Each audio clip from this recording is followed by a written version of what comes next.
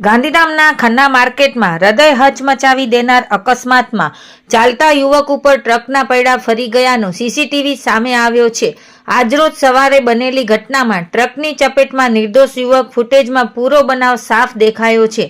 વિડીયોમાં જોવા મળે છે કે સામાન્ય રીતે રસ્તા પર ચાલતો યુવક અચાનક આવતી ટ્રકની ચપેટમાં આવી જાય છે। ભારે ટ્રકના પૈડા યુવક ઉપર ફરી જતા ઘટના ક્ષણોમાં જ ગંભીર સ્વરૂપ ધારણ કરે છે। સ્થળ પર હાજર લોકોએ જણાવ્યું કે ટ્રક ડ્રાઈવરે શ્રમિકને કચડ્યા પછી ગાડી પાછળ હટાવી ન હતી કે તેને કોઈ બચાવવાનો પ્રયાસ પણ કર્યો ન હતો। આ ડ્રાઈવરની બેદરકારીના કારણે શ્રમિક ઘટના સ્થળે 10 થી 15 મિનિટ સુધી તડપતો જોવા મળ્યો હતો। આ ઘટના બન્યા બાદ તાત્કાલિક 108 એમ્બ્યુલન્સને બોલાવવામાં આવી હતી।